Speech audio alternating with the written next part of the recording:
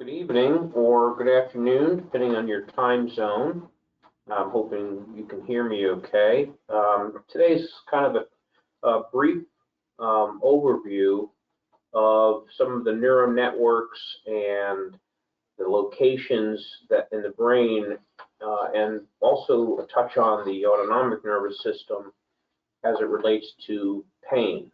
A lot of people talk about the pain matrix, and that's just one piece of the puzzle. So we're going to dive right in and begin discussing this intriguing topic and how it relates to the importance of collecting good quality EEG, ECG, as well as other tests. I'll touch on the importance of other labs as well, and a workup on pain. And most important, really, for the patient who's in pain is, what do we do about it? What are some options to treat them, especially today, as state licensing boards and pharmacy boards are reticent to utilize analgesic medications, narcotics in particular. And this pendulum has probably swung a little bit too far in that direction. We're just giving metformin, excuse me, not metformin, but gabapentin. Just giving gabapentin for a pain medication is in many cases inadequate, particularly in surgical cases as well. But that's what's happening.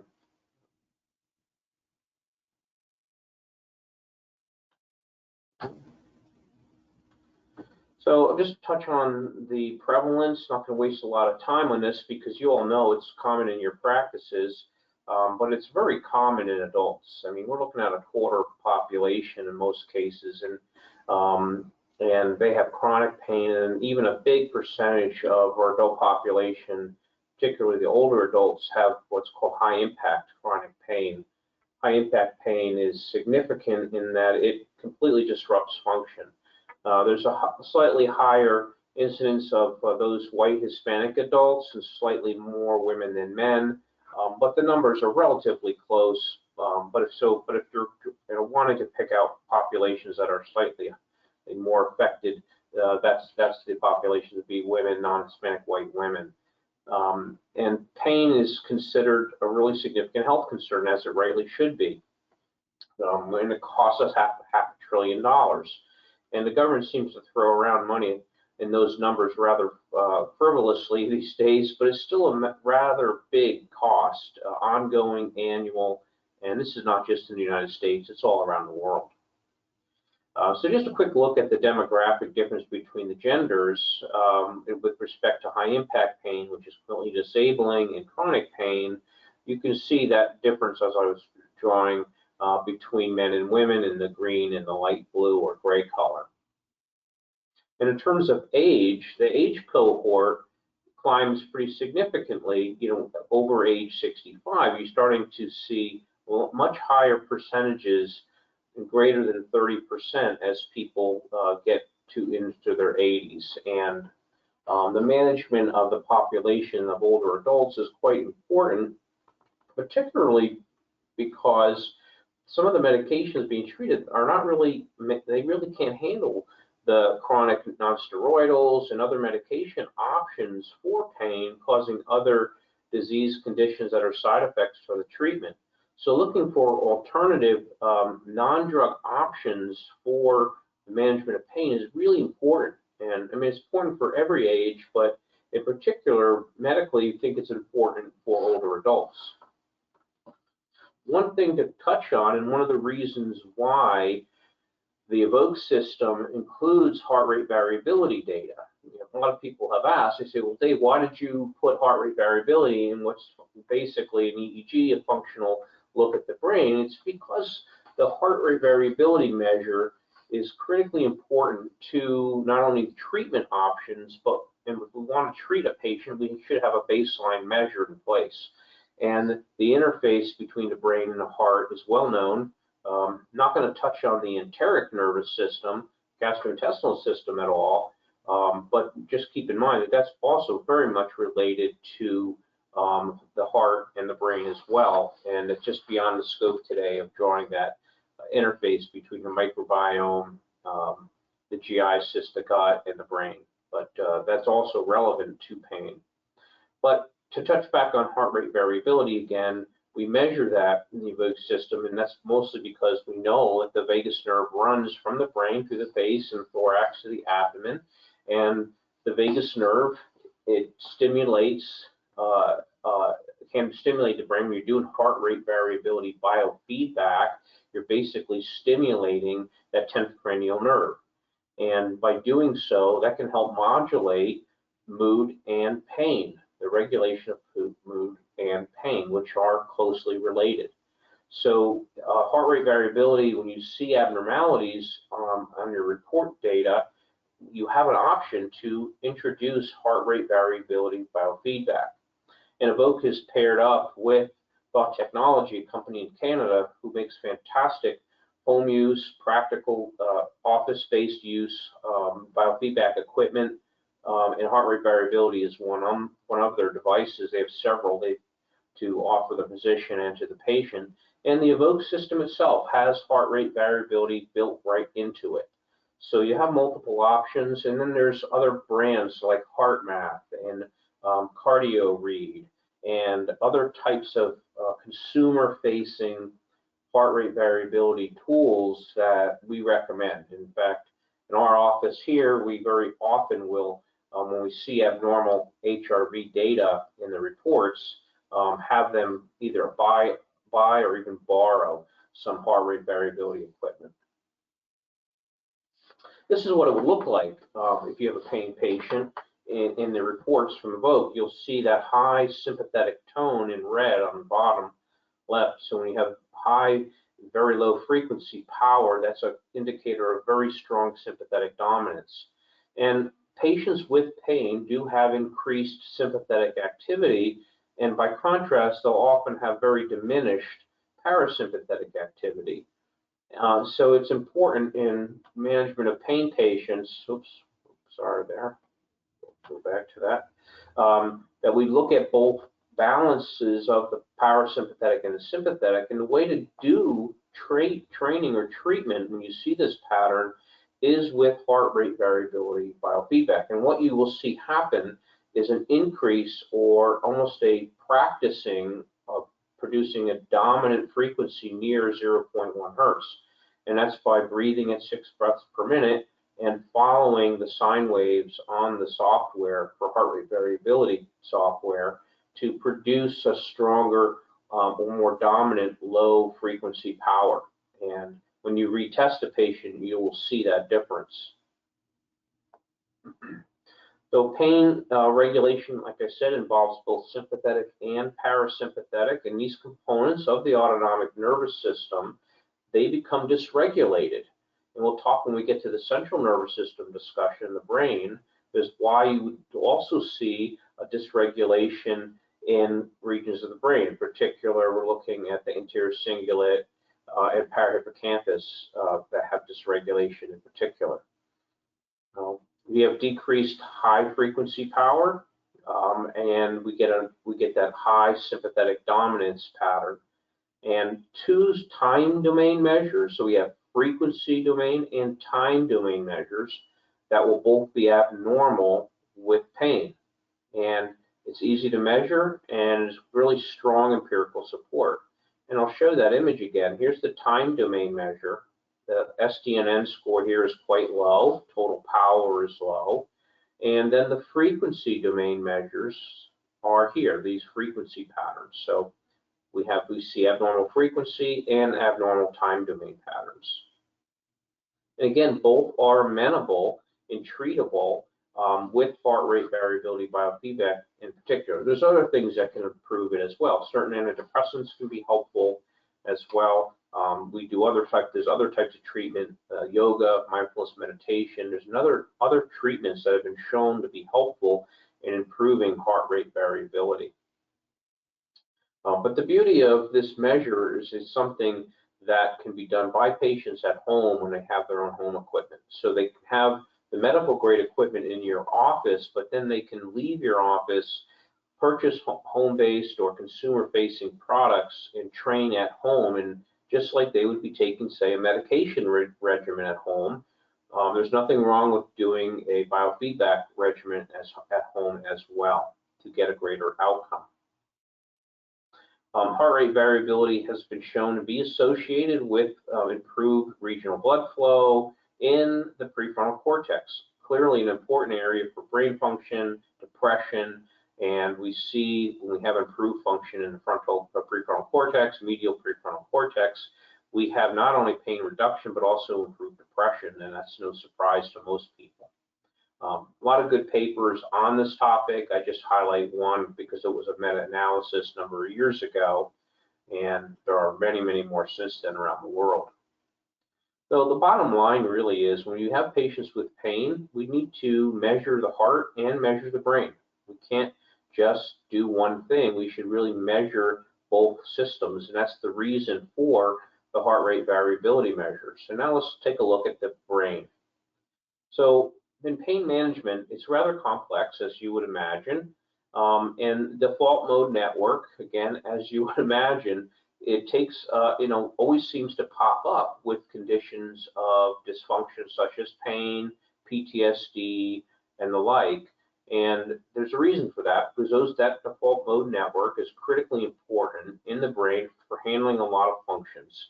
And this is just an image showing the difference or the locations that are relevant of chronic pain patients when they've been compared to normal controls. And that's just a segue image to show you that the complexity of the pain metrics goes, partly involves the default mode network, but a part of that network is made up of all these different structures in the brain. So let's take a look at some of those structures. And I want to break the pain matrix down into two parts. There's the medial pathway and the lateral pathway. All right, let's start with the medial pathway. They're circled in red. Okay, you see up from the spinal cord, from the dorsal horn, the first entry port is the rostroventral medulla, and that segue communication through that network of the brain passes up through towards the anterior cingulate to the insula, all the way up to the cingulate and the prefrontal cortex region. Just behind the PFC is the anterior cingulate.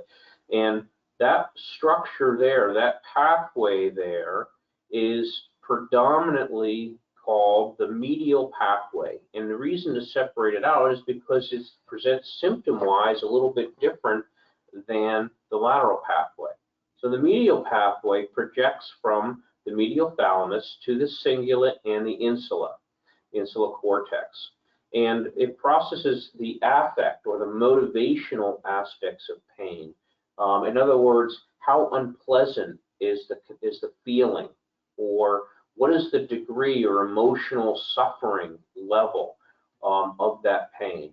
And again, what the brain doesn't always care about as much is the pain a nociceptive input from, say, you drop a bowling ball on your big toe, that would be a nociceptive input, or is there an emotional component of pain, such as we see with PTSD, for example, that doesn't really have a source that's nociceptive? But the brain still interprets that as pain, and you will see more of an emotional affective dysregulation in the presentation of their symptoms when you talk to them about how does it feel, how it's the emotional component, the social component, the affect component is more linked to the medial pathway. And why is that important? Well, when you're doing EEG analysis, you may see certain locations in the brain being more abnormal in one pathway region than the other.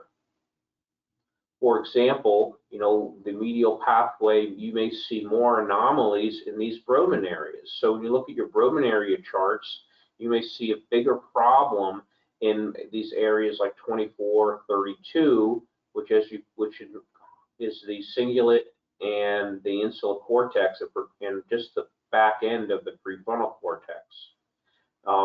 And those regions or Broman areas are linked to or tied to these other brain structures, the anterior cingulate, the prefrontal cortex. You can see the Broman areas associated with those.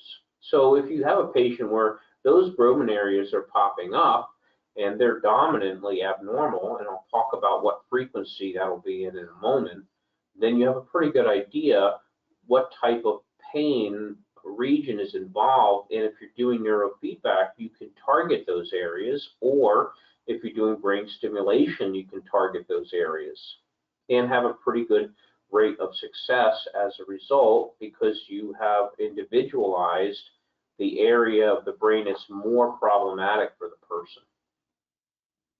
So stepping into the lateral pathway, so it's a little bit different, right? So we've got the prefrontal cortex, we've got the amygdala, and we're involving now the sensory areas of the brain as well.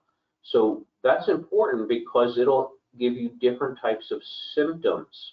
So we look at Broden area 1, 2, and 3 up there at S1, and those somatosensory locations are also linked to the cingulate, the amygdala, and the prefrontal cortex. And you're getting these projections from the lateral thalamus to those somatosensory locations.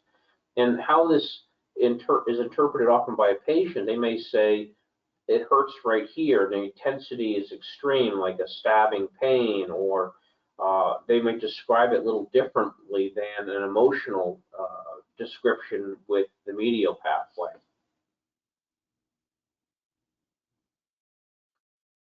And look, so we're talking right now with these, when we're talking about the matrix with the medial and lateral pathway, I'm still focusing on location of the brain.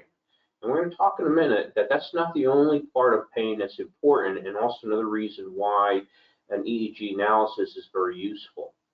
So you will see the lateral pathway is thought to be responsible for these sensory aspects of pain, about location and intensity. And it's common to ask those questions. Where does it hurt?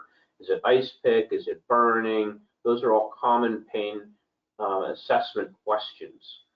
These Broden areas, again, will tip you off if you see anomaly. I just tested a patient that came down from New York who had that type of pain and also some facial issues, most likely a stroke, up in location BA 1, 2, 3, and 5.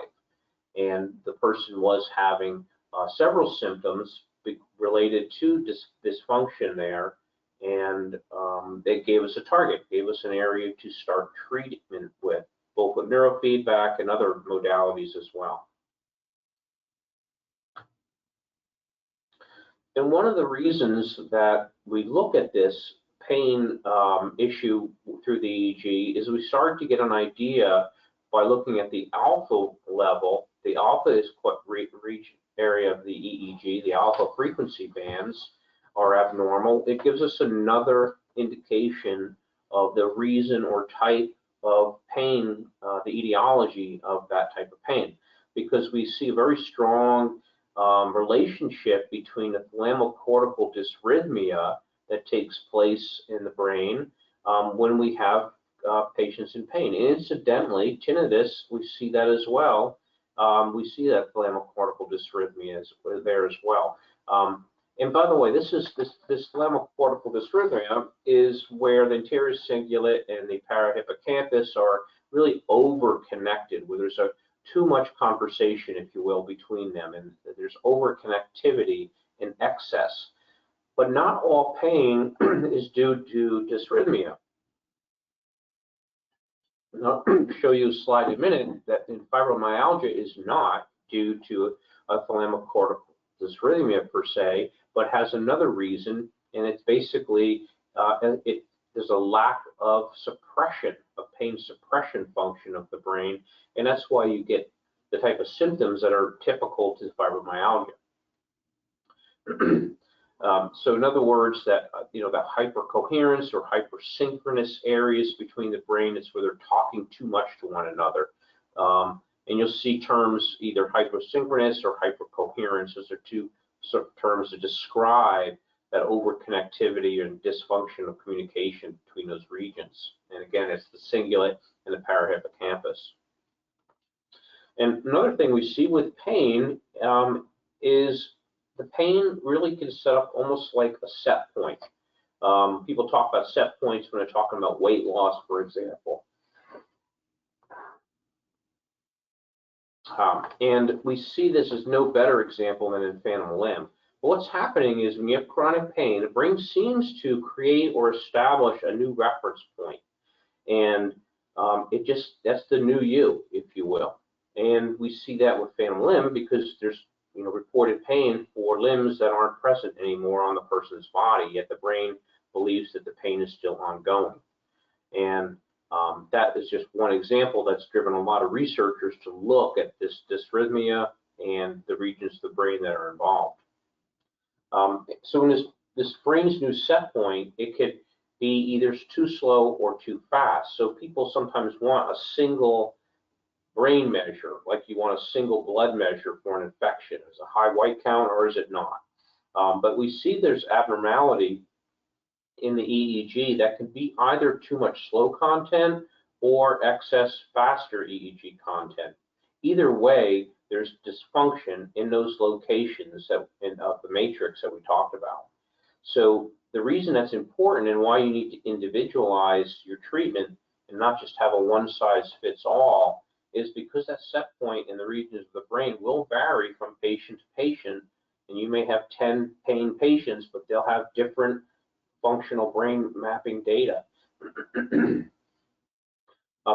Things that have been helpful to neuromodulate or reset that are several things. The most easy thing of all is something called pink noise. It's a certain frequency band called pink noise, and that has been shown to be effective.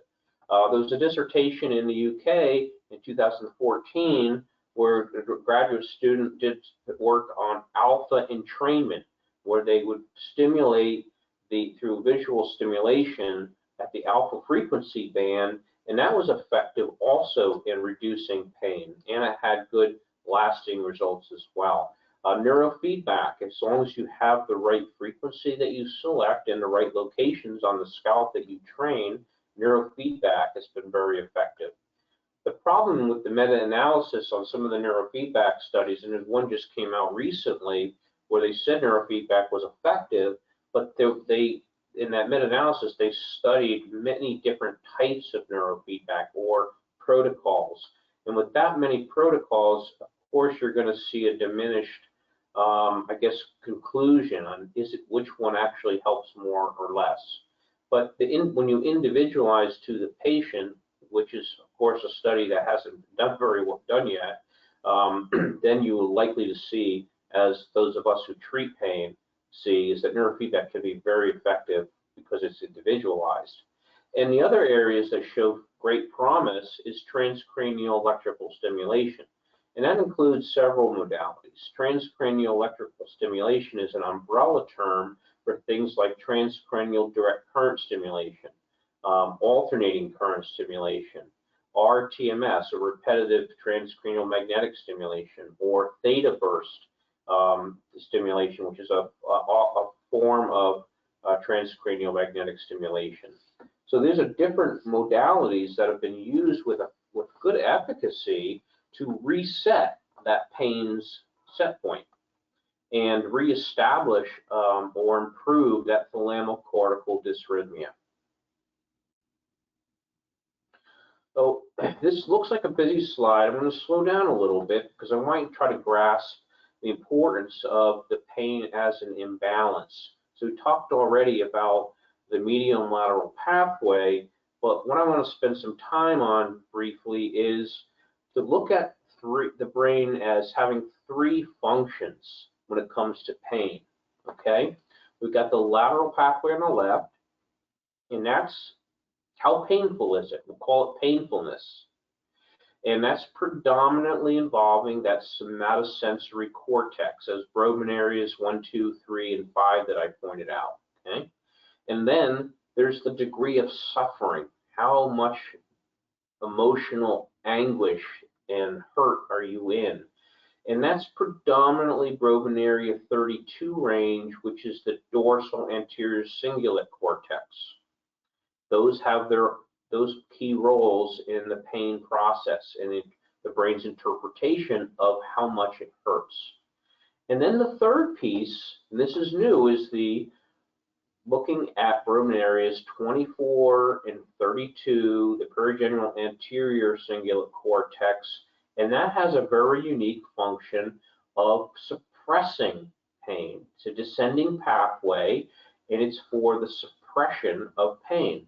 So there's a small formula that could be developed that would tell you if you have the value that's greater than 1, then there's more pain input and less pain suppression, which is the case when you have a diminished suppression or diminished function of Broman area 24 and 32 in the part of the anterior cingulate. When you have diminished function or inhibition of function, then you will see conditions like fibromyalgia, for example. And if you look to the locations of these 3 areas, so we've got them again, I color-coded them in blue, green, and pink to highlight the locations and put dots over the structures. You can see that communication between those locations. They're all part of a network for processing pain. And if they're all in balance, the pink, the green, and the blue, then you are not going to experience pain, or at least not as much. Obviously, when you have an ongoing nociceptive input from whether it's peripheral neuropathy or something along that line that's chronic pain, causing chronic pain, you're going to have an impact for sure. But if you can keep those areas of the brain healthy and functioning at a better, more balanced level, you can either have a reduced analgesic drug treatment option, you can see greater tolerance of that condition with less disruption to daily function. So there are ways of mitigating some of the pain by addressing the lateral pathway, medial pathway, and the descending pathway from the anterior cingulate, the perigeneal anterior cingulate. So these locations are treatable with neurofeedback because we can target them. Likewise, we can get to these with types of transcranial electric stimulation fairly easily, providing you a more focal adjunct type treatment option. So this table here, I tried to segue out 2 things for you to draw your attention to. Number 1, the brain target locations that I just talked about. Right, just have these covered on this page here, and I want you to see how the abnormalities in fibromyalgia showed up. Everything was pretty much normal in the medial and lateral pathways, which is represented by these frequency bands all through here, all normal.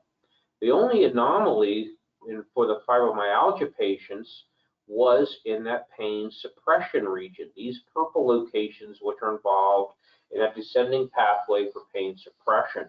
And the frequencies were in delta and in low alpha. Low alpha or alpha 1 is 8 and 9 hertz. Okay, you're looking at 10, 11, 12 hertz for alpha 2. So it's the lower alpha frequency was abnormal. And what we're seeing there is hypofunction or lack of function in that frontal Broman area 32 region. Now, why is that helpful? Is it gives us a target. It gives us a target by what frequency to address for training, whether it's entrainment or brain stimulation, like the frequency you use in a TMS coil. You may not use 10 hertz. You may want to use 8 hertz. You may want to use 1 hertz if that person's got overactivity, and 1 hertz can inhibit that. So it's one of the reasons I think why 10 hertz TMS has been effective in certain pain patients who have a pain suppression problem. In contrast to fibromyalgia, you'll see something quite different, which is more classic thalamocortical dysrhythmia problem, and you'll see all the frequency ranges where neuropathic pain shows up to be abnormal. We have a lot of high frequency EEG, beta 1, beta 2, beta 3, again, beta 1, beta 2, beta 3, gamma, even faster yet. So you see with different types of pain, you're going to get different EEG frequency anomalies. And what's common to other types of pain that are thalamic-cortically induced with thalamic-cortical dysrhythmia is we see frequencies a little bit in the slow frequency range, like delta and theta, in a couple areas, but mostly we're seeing a lot of beta, okay? And thereby giving us targets to train in both the neurofeedback, but then there's also, you can use inhibitory transcranial electrical stimulation methods as well, whether it's cathodal placement or a different frequency on a TMS coil, for example. And just to highlight and reiterate the importance of training the frequencies, there's no surprise that that dissertation on visual entrainment at the alpha frequencies was effective, because with thalamic-cortical dysrhythmia, we see a real anomaly as a difference in, so you get more slower alpha and alpha 1 than the blue, which is a normal control. So we have a delayed or more dominant slow alpha rhythm, and if you entrain to a faster alpha rhythm, say 10 hertz, for example, that can be helpful in reducing pain. And interesting, that patient I just mentioned who came down, we looked at Broman 123, when he hums at a certain frequeny, or if he's by a machine that is at a certain frequency, his pain is drastically reduced. And it's because of the nature of the frequency input that he's providing himself. So that just happens to be something that he found by accident to give him some relief. And then you see also the dominant beta. There's more higher beta between really 16 hertz and 35 hertz is quite high. So suppression of that is also another target. So with office-based neurofeedback, there's good equipment. Thought Technology has equipment. Evoke's got the equipment built into the EVOC system.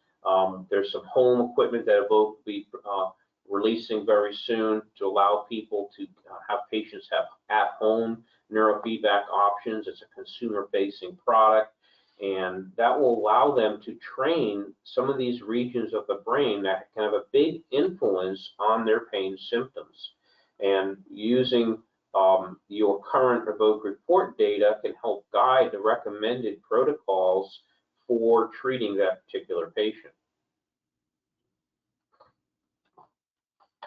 So EEG is, in short, is very responsive or reasonably in terms of its efficacy. And there's been a good number of studies on the efficacy of EEG. And again, the importance is when you're doing EEG biofeedback, you want to try to individualize it to your patient. And the opioid medications that are in use and are certainly very appropriate for patients in a lot of pain, and they do have the effects on the body, right? And they do have some side effects that can impair some of the important functions. So that's why it's a problem when it becomes overused, of course. But I think in small use, when you combine those medications with other modalities, then you can get a really good pain control in a lot of patients and have a reduced medication side effect profile. The ERPs that Evoke uses are also very useful, because when we have pain patients or pain clinics that are recording EEG, you can kind of track or monitor how well their cognitive function is when they're on, say, the opioid treatment protocol. And by monitoring not only their heart rate variability power, but the Evoke potentials, if they start having greater latency or delayed P300 and P3B, for example, you're going to want to think about, can we reduce that dose, or do we need to try different medication combinations?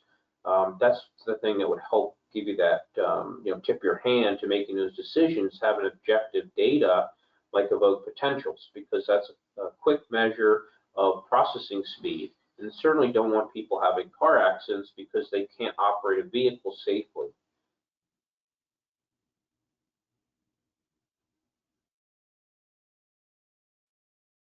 So pain, of course, is correlated, as I said, with the EEG and the Evoke potentials. And there are some general takeaways. So we see increased power at the frontal and parietal regions and the occipital, all the way in the back. We see an increased amplitude of theta, alpha, and beta 1 pretty consistently. And you also see some decreased processing speed and cognitive function by your N100 for sensory processing will be more delayed. And you also tend to see a P3A and a P3B that's more delayed than normal. The structures in the brain that are commonly highlighted when people are in chronic pain, as we looked at with the medial and lateral pathways, include the cingulate, the insula, prefrontal cortex, the posterior and parietal regions of the brain, the primary and secondary somatosensory cortex. So really, you got all those regions, and you have the matrix consisting of a lot of brain areas that we've defined as the lateral pathway and medial pathway. But the suppressive descending pathway is super important as well when you're evaluating a pain patient. Because if they have dysfunction in that frontal region, in particular, they're going to have a very hard time not being in pain no matter what kind of treatment you give them. So it's important to try to activate and enhance that region of the brain's function. So when you're looking at the evoked report, what might you see? So this is a picture on the left. You'll see that sympathetic arousal here, right here in the red being dominant compared to healthy. You'll see areas, this is part of the insula, this is part of the default mode network. You'll see dysfunction or targets in that area of the brain.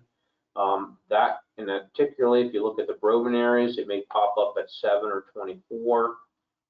Dysfunction here is telling you you're involving that default mode network. You'll see central nervous system activity with all that beta, and that beta can be pretty diffuse. This is, they're at beta 18, 19, 20 hertz. Is in the beta 1 frequency band. You typically will not see that type of pattern if people did not have pain. Now, keep in mind, there's other conditions that cause increased beta too, right? They're increased beta frontally or diffusely is not a singular marker for only one condition, which would be neuropathic pain, of course, but it is one of the markers, one of the physiologic findings that's consistent when people are in pain. And if you have a person in pain and you have these findings, then they can be reversed. There are different treatment options to reduce these findings, and by doing so, you'll likely reduce pain. So heart rate variability training, beta suppression, neurofeedback, even nutritional beta suppression, like magnesium threonate, for example, or malate.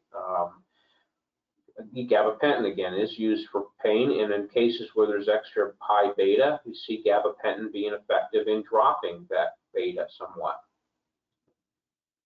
Then you've got your evoked potentials. You'll see this here happens to be a diminished N100, so this is a sensory measure.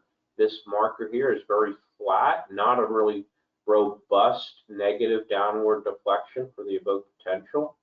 And in normals, you see a much healthier, greater amplitude pattern. So a few highlights that I'll make here are chronic pain results in decreasing gray matter. That's not good. We see chronic pain being really problematic for people if they're chronic, having cognitive decline. And it's typically in the cingulate and the orbitofrontal cortex, not to mention the chronic blood chemistry changes of chronic cortisol production is a problem as well. Involves the insula, the pons. And the problem we see is the volume is variable in reference to norms. So we don't have a really great volumetric measure. There's some good work being done on volumetric analysis, like hippocampal volume measures and the like. But that's, we're still a bit ways off. So we hope to have, that type of imaging that would be more useful in the future.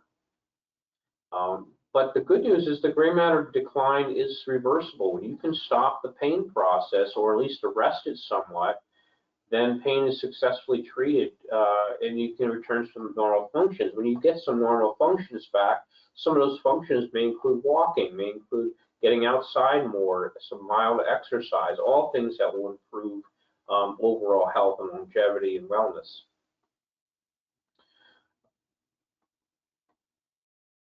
Again, we also see when there's chronic pain, we got real failures I talked about in the prefrontal lobes, and when that happens, you have less pain suppression, so it almost becomes like a snowball effect as well. The chronicity of the pain sometimes causes further disruptions to that descending pathway of suppressing the pain. So we end up getting a situation where we need to intervene with some type of way to cause entrainment or neuromodulation in that frontal region of the brain in order to break this cycle and cause a new pattern.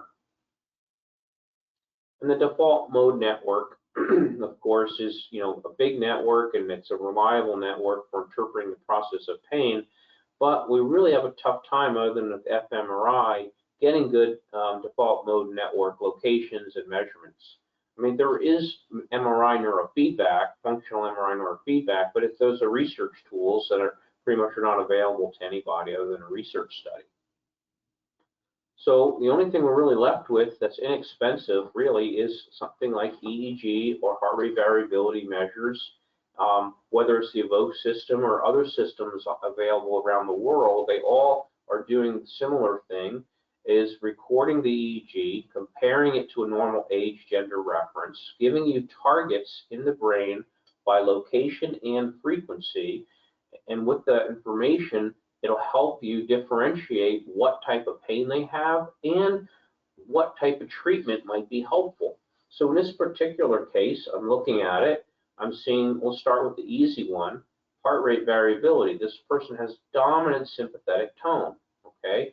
Well, one intervention would be heart rate variability biofeedback, whether I do it in my office or I have them do it at home every day for, say, 15, 20 minutes as part of their routine. They can do it more than once a day. And a second area to target, we see based on this data, is we have problems in that more anterior portion of the brain, which we know is part of the suppressive descending pathway. And we see high beta, we see low frontal power, which is hypofunction in that frontal part of the brain that handles the descending pain pathway or the pain suppression function. So that's telling me I've got a real problem frontally with lack of function. So the frontal part of the brain, Broken area 32, is not operating optimally in order to engage the pain suppression. I see I've got if I look at my ERPs, I can monitor that and see my auditory processing is delayed. The only area that's really problematic here is just the P3B. That's only a mild delay.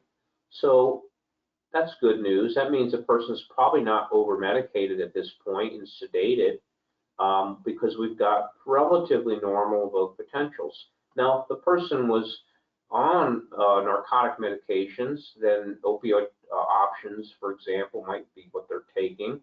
And I would say, okay, well, they're not over-sedated. I'm getting good Evoke potentials here.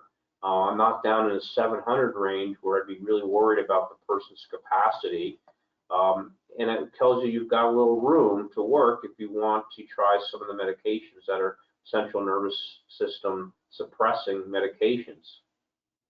The problem with that model would be if you did a central nervous system suppressing medication, we already have a lack of low alpha here in the front part of the brain, and we've got to be mindful of is that going to make that worse or better?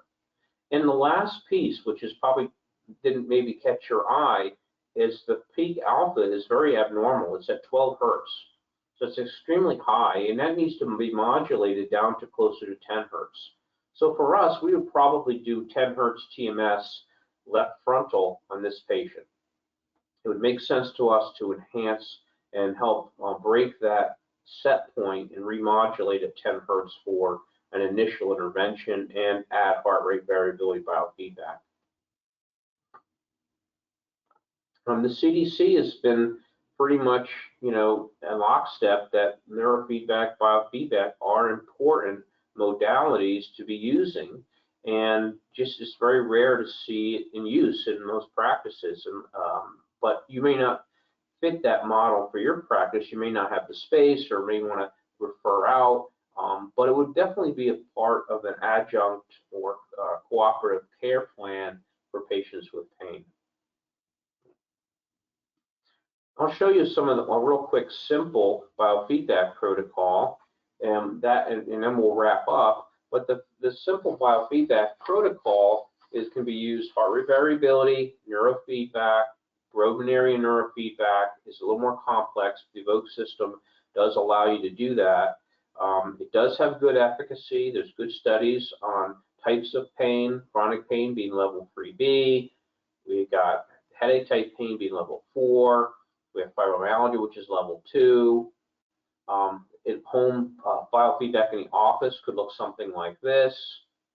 Heart rate variability, again, is an incredibly useful process of training and actively balancing the sympathetic and parasympathetic branches.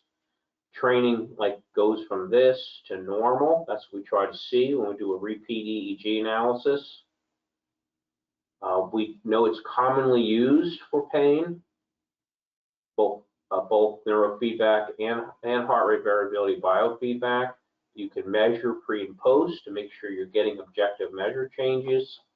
And we can target these areas of the brain with neurofeedback by inhibiting beta, rewarding alpha, and rewarding this connectivity. There's connectivity neurofeedback, which is called coherence neurofeedback, and Thought Technology has some equipment to do that as well, to train these networks, that communication between the descending pathway and the lateral medial matrix pathways. All right, and there's good papers, a number of good papers on the importance of neurofeedback and the efficacy of it. There's good effect sizes that are decent when you're looking at 1,000 patients, when the studies have been done and looked at different types of pain, like back pain is a very good one, for example. It's very problematic around the world. And this is a very basic protocol. It's also has some good efficacy. Now, the sample size is small. It certainly needs to be replicated. But when you've got 86% of the people, and again, the percentages aren't hugely important with a sample size this small, but training that theta and that beta down at just these couple locations, just 3 locations on the head, having an influence on those networks and those pathways is very intriguing and most helpful, because it's rather simple to do. So you only need a single channel system really to start training someone with pain. And this is a device that is that Evoke will be making available very soon that has different protocols. One is for PTSD. It comes out of the Kinetic Neuroscience lab. It's free. It's a free download. It works with this headset, which is a 5-channel drive sensor headset that patients can use at home. This is an alpha-theta protocol used for PTSD and pain. Also has been used effectively for reactive attachment in children. Now, it's anecdotal, but the science on that protocol is very good. It's got a good scientific base. Goes back to Vietnam. Attention and focus and training the frontal cortex. So a lot of home options are becoming available for doctors to have extensions of what they're doing when they do a advanced medical evaluation with the EVOC system, but then having supplemental options to pass on to their patients. And I'm not going to talk in depth on transcranial magnetic stimulation or DCS, but I wanted to highlight that those are also very efficacious options for your patients. And here's an industry paper on the safety of transcranial electrical stimulation by a lot of the experts in the field that was published back in 2018. And being able to measure brain stimulation before and after, if we see before on the left and after on the right, tells us we're making progress. Same thing here, a single TMS session. You can see the big change by doing TMS on that frontal low function here in the frontal lobes, and right after one session, it turns green. So you can see how quickly you're changing the brain towards normal. Okay?